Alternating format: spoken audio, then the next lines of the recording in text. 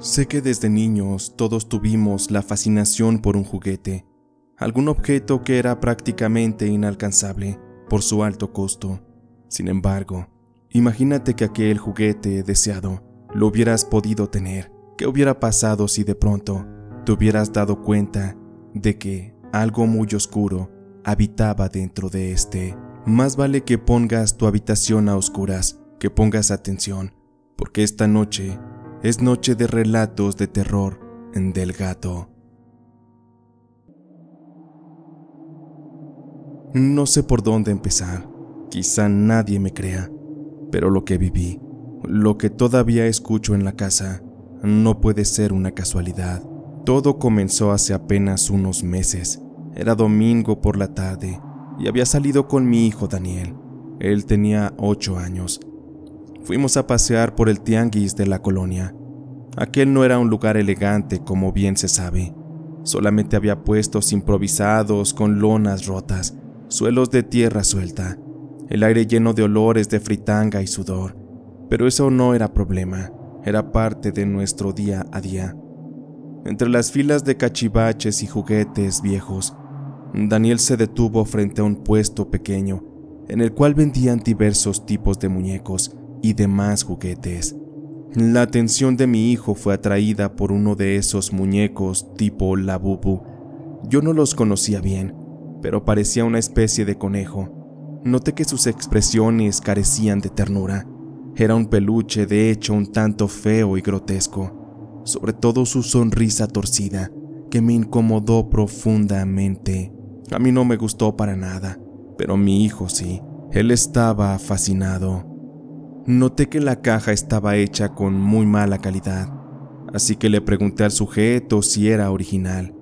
El vendedor me dijo discretamente que no lo era, que se los traían como mercancía pirata de China y que incluso eran físicamente un tanto distintos a los originales, ya saben, para evitar demandas y eso, pero sobre todo, su precio era mucho más accesible. Aquel tipo me dijo que las diferencias entre el original y ese que era pirata, muchos niños ni siquiera las tomaban en cuenta. Finalmente el vendedor me dio toda una cátedra para que le comprara el muñeco, y terminé haciéndolo. No me gustaba negarle nada a mi hijo. «¿Me lo compras, mamá?», me dijo Daniel con esa voz tan emocionada que siempre me terminaba doblegando. Instintivamente dudé. Ese muñeco no me gustaba. Algo en su presencia, puedo decir que incluso hasta me revolvía el estómago.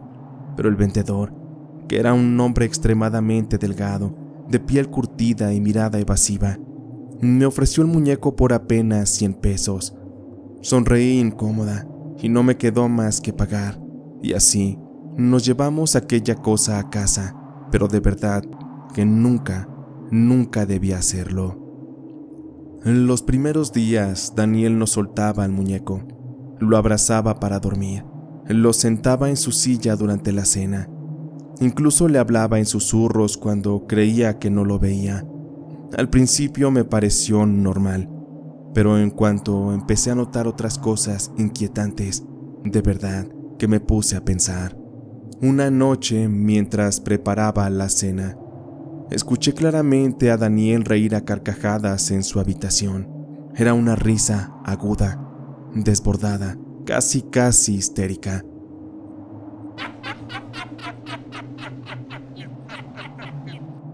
Corrí a verlo, pensando que quizá estaba viendo algo en la tablet, pero cuando entré, la habitación estaba a oscuras. No había ningún aparato encendido. Al prender la luz noté que solo estaba Daniel sentado en su cama, abrazando su muñeco Labubu contra su pecho. «¿Con quién hablas, hijo?», le pregunté. Él me miró con unos ojos vidriosos que no eran suyos. Esa no era su mirada. No sé cómo explicarlo. Él tenía una forma de mirar, con una viveza, con una luz muy especial, y aquella noche parecían muertos, vacíos.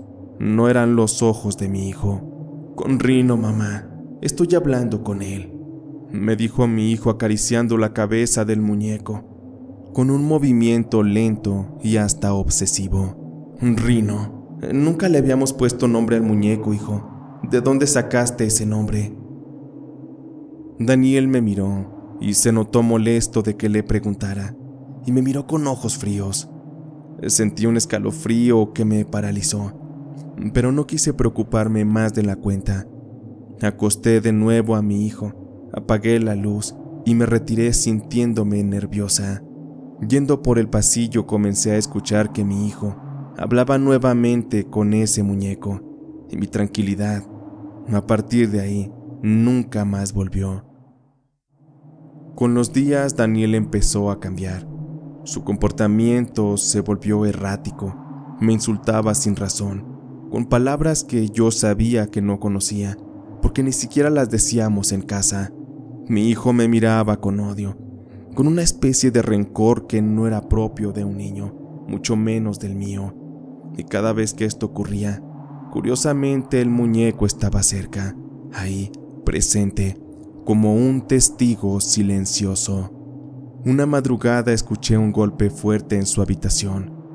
Fui corriendo y al abrir la puerta, lo encontré parado en medio del cuarto, completamente despierto, con el muñeco apretado en una mano y con mucha fuerza. ¿Qué estás haciendo, Daniel?, le pregunté con una voz muy nerviosa. Está dentro de mí, mamá.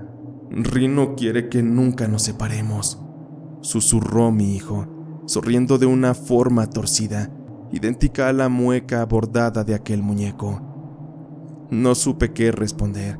Me limité a abrazarlo, aunque su cuerpo estaba rígido, muy frío. Traté de calmarlo y me acosté junto con él en la habitación, temiendo de que algo pudiera pasarle. Me quedé dormida, estaba muy cansada. A eso de las 3, me despertó un horrible chillido, como el grito de un animal siendo despedazado vivo. Abrí los ojos y vi a Daniel sentado sobre mí. El muñeco lo apretaba con sus manos y me miraba con una expresión vacía. ¿Qué quieres, Daniel? ¿Cómo te sientes? Logré susurrar para tratar de hablar con él. Sin embargo, mi hijo solo hacía sonidos muy extraños con su boca.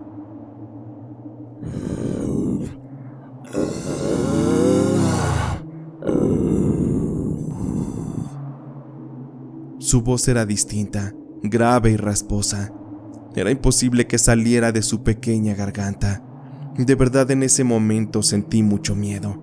No sabía cómo actuar. Sabía que mi hijo estaba en peligro y también, sobre todo porque aquello comenzó con la llegada del juguete. Al día siguiente llevé al muñeco afuera y lo tiré a la basura. Pensé que todo terminaría ahí, pero no fue así. Esa misma noche Daniel desapareció de su cama. Lo busqué por toda la casa, gritando su nombre, hasta que escuché golpes sordos en la cocina. Bajé las escaleras corriendo y ahí lo vi. Estaba sentado sobre la mesa, con el muñeco en su regazo. ¡Qué terror!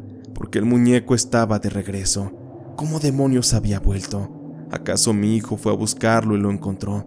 No tenía la menor idea. Cuando me acerqué, juraría que los ojos del muñeco parpadearon y me miraron. Además, su cabeza pareció que giró un poco hacia mí. Intenté arrebatar el muñeco a mi hijo, pero Daniel gruñó, tal cual, como si fuera un animal salvaje. Me mordió la muñeca con tal fuerza que sentí la carne de mi mano desgarrarse. Me dio mucho miedo aquello, porque empezó a salirme sangre. Corrí a encerrarme en mi habitación. Me puse una tela para detener el sangrado. Estaba realmente en pánico. Solo escuché cómo Daniel subió las escaleras y entró en su cuarto. Después de un rato de encerrarse, entré yo también. Lo encontré dormido, abrazando a aquel maldito muñeco, como si nada hubiera pasado. Se veía tan angelical, y yo por dentro estaba confundida, aterrada y sin saber qué hacer. Por un momento traté de calmarme. Me imaginé que estaba enloqueciendo y que todo era mi imaginación, pero al verme la herida en la mano, supe que era hora de pedir ayuda. Al día siguiente temprano, no llevé a mi hijo a la escuela, me lo llevé directo a la iglesia. No le dije a dónde iríamos, pero me aseguré de que llevara su muñeco. Justo estando afuera del templo, se empezó a poner nervioso. Me dijo que su muñeco Rino no quería entrar. No me quedó más que arrebatárselo y entrar con él. Así era seguro que mi hijo me seguiría hasta el templo. Cuando el sacerdote nos recibió y me escuchó, me miró con una mezcla de incredulidad y compasión.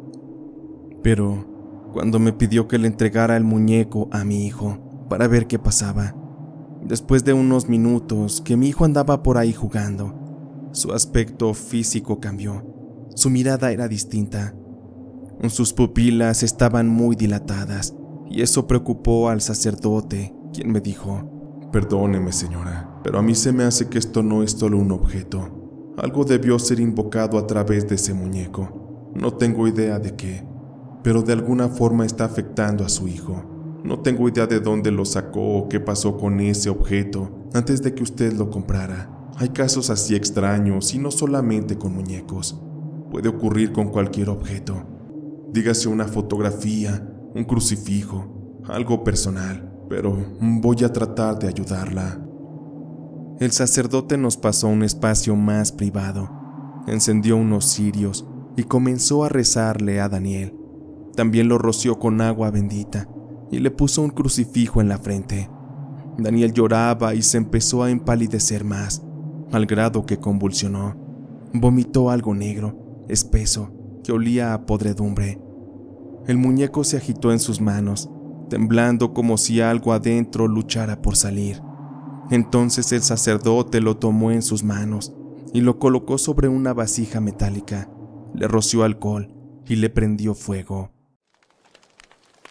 Aquel muñeco comenzó a hacer ruidos muy extraños. Traía una canción integrada que sonaba repetitivamente.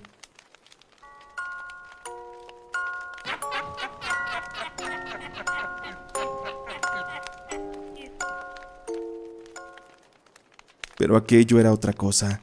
En ese instante eran como sonidos y voces del inframundo, quizá entidades que usaron al muñeco como un canal para entrar a nuestro mundo. Minutos después, el muñeco, con dificultades, estaría completamente achicharrado. El sacerdote se veía cansado, sudaba mucho y su voz temblaba de nervios. Se recargó sobre una mesa y pidió que le llevaran un vaso de agua. Pude finalmente respirar cuando mi hijo despertó. Se le veía mejor.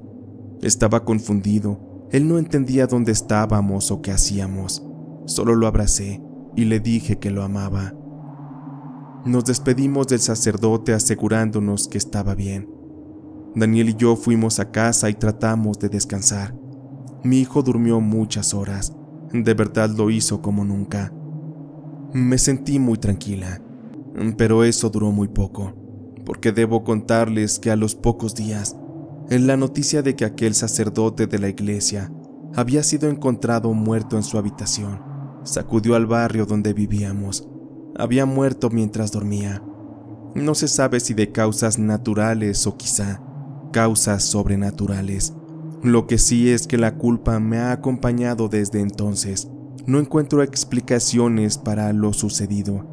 ¿Habrá sido casualidad o hubo algo más oscuro detrás?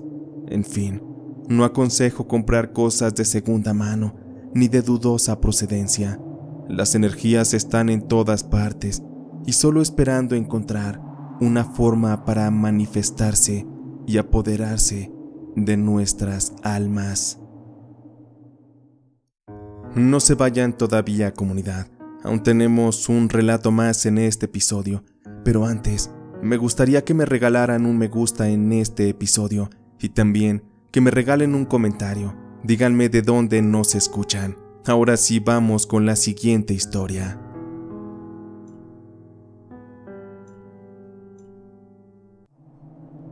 Mi nombre es Sara y esto que voy a contar me persigue cada noche, como un eco imposible de silenciar.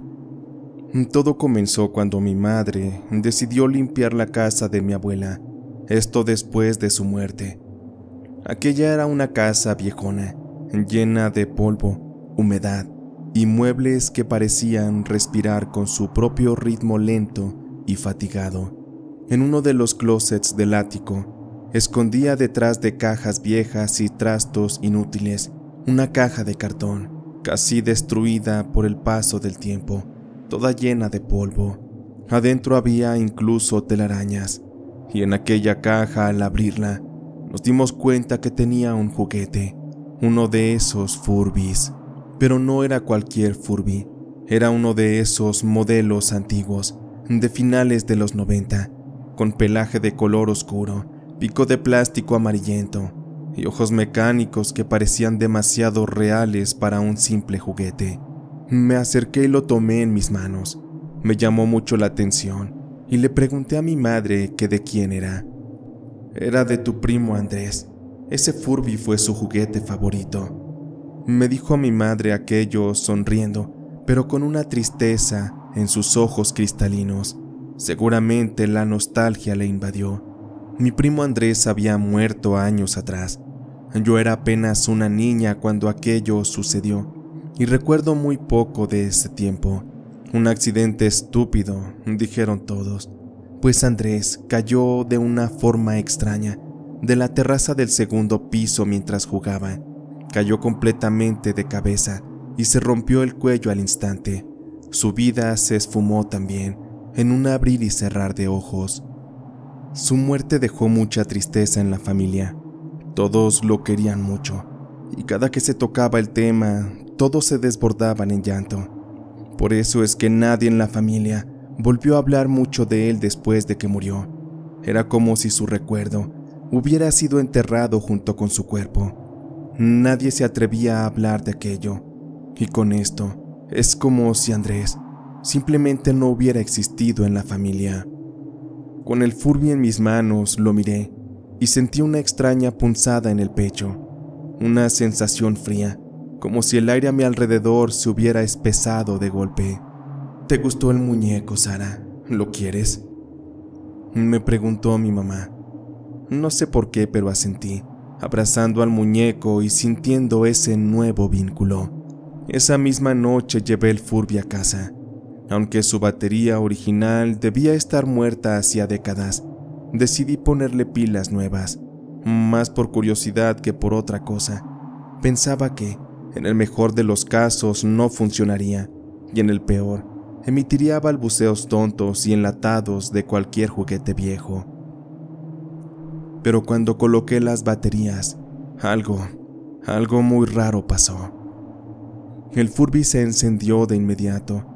Sus ojos parpadearon con una lentitud casi humana, como si estuviera despertando de un sueño muy largo. Y después habló. Empezó a decir sus frases clásicas.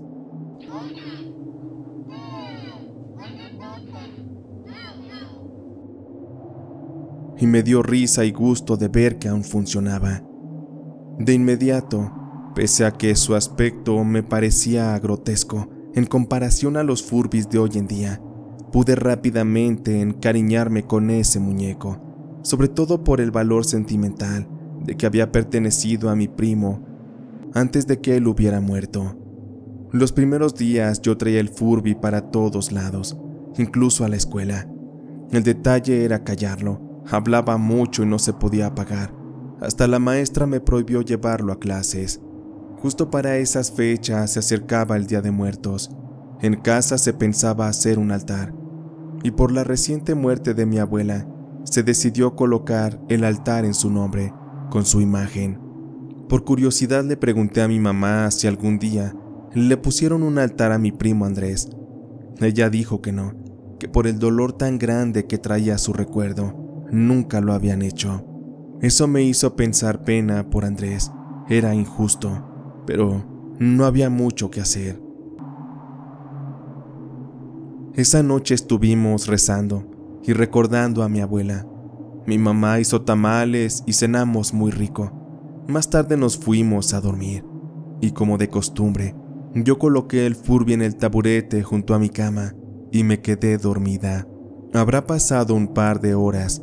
Cuando abrí los ojos eran las 3:33 de la mañana.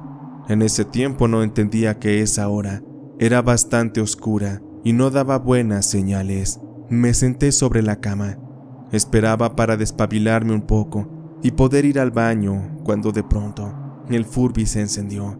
Me asusté bastante, de hecho, porque al encenderse empezó a decir un par de frases. Lo acaricié y en eso fui al baño, pero al regresar, justo cuando me di media vuelta y le di la espalda al Furby, este comenzó a hacer sonidos muy raros, como cuando se le iba la señal a las radios.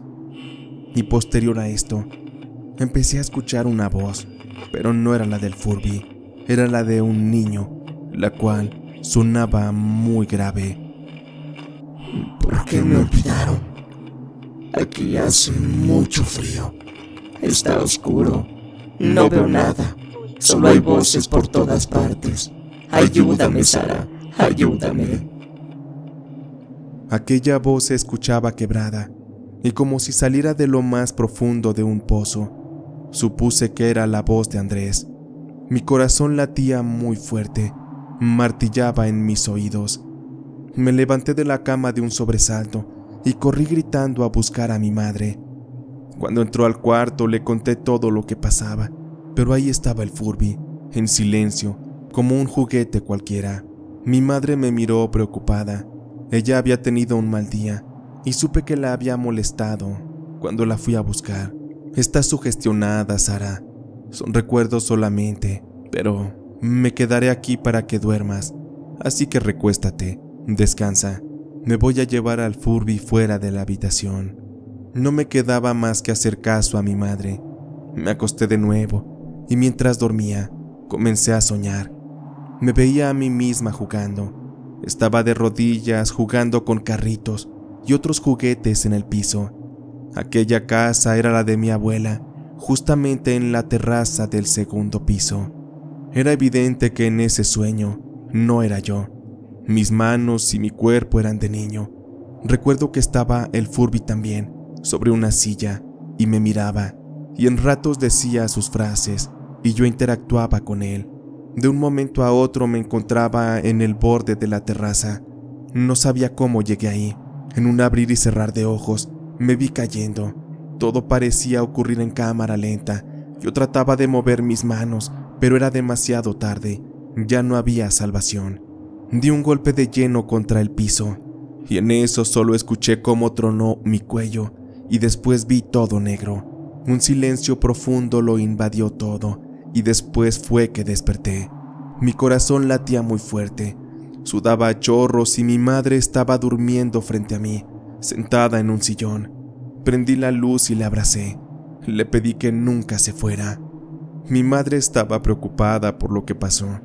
Le conté lo que soñé y me dijo que a lo mejor no era buena idea el haber sacado el Furby de la casa. Mi mamá no era tan creyente de las cosas paranormales, pero ya eran demasiadas coincidencias. Estuve de acuerdo con ella.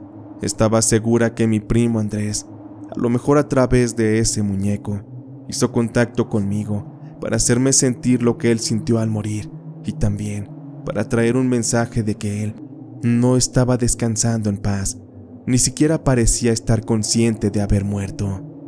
A la mañana siguiente, mi madre llevó el Furby a la antigua casa de mi abuela, metió el muñeco en la caja y se aseguró de sellarla. Desde ahí nunca más tuve situaciones extrañas relacionadas con mi primo Andrés. Además de esto, mi mamá organizó una misa a nombre de Andrés. Seguramente con esto y con la ayuda del sacerdote, él lograría trascender y por fin descansar en paz. Sin embargo, ese muñeco Furby sigue guardando misterios dentro de aquella caja, porque aún sigue guardado en aquel lugar donde vivió mi primo Andrés antes de morir. Solo espero que nadie más se atreva a sacarlo, porque no puedo imaginar lo que pudiera volver a suceder. Si te han gustado las historias, apóyame con un me gusta y compartiendo. Si quieres contar un relato, puedes enviármelo al correo tusrelatosdelgato@gmail.com. Recuerda que también estamos en Facebook, en Spotify y en Instagram. Sin más, podemos ir en paz. Esta noche de relatos de terror del gato ha terminado.